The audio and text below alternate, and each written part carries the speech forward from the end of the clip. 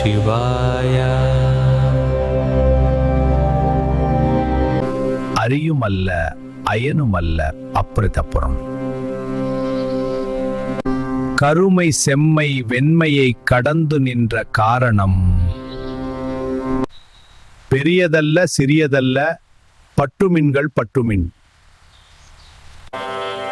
துரியமும் கடந்து நின்ற தூர தூர தூரமே.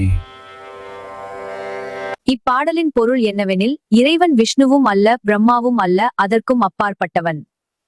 அதாவது இறைவன் எல்லா தெய்வ வடிவங்களுக்கும் மேலிருக்கும் பரம்பொருள். இறைவன் எந்த நிறத்தாலும் வரையறுக்க முடியாதவன், எல்லா குணங்களையும் கடந்தவன். இறைவன் தான் எல்லாவற்றுக்கும் காரணன். ஆனால் அவன் எந்த ஒரு தன்மையிலும் சிக்கிக் கொள்வதில்லை. அவன் பெரியவன் என்றும் சொல்ல முடியாது, சிறியவன் என்றும் சொல்ல முடியாது. ஏனெனில் அவன் எல்லா அளவுகளையும் கடந்தவன். உலக பற்றுகளை விடுங்கள், அந்த பரம்பொருளையே பற்றி கொள்ளுங்கள். விழிப்பு, கனவு, உறக்கம், இந்த 3 நிலைகளையும் கடந்த 4வது ஆன்மீக நிலை.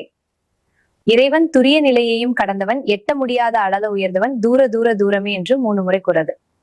இறைவன் மனித அறிவால் எட்ட முடியாத பரம்பொருள் என்பதை வலியுறுத்துகிறது. இறைவன் எல்லாவற்றையும் தாங்கும், ஆனால் எந்த ஒன்றிலும் அடங்காதவன்.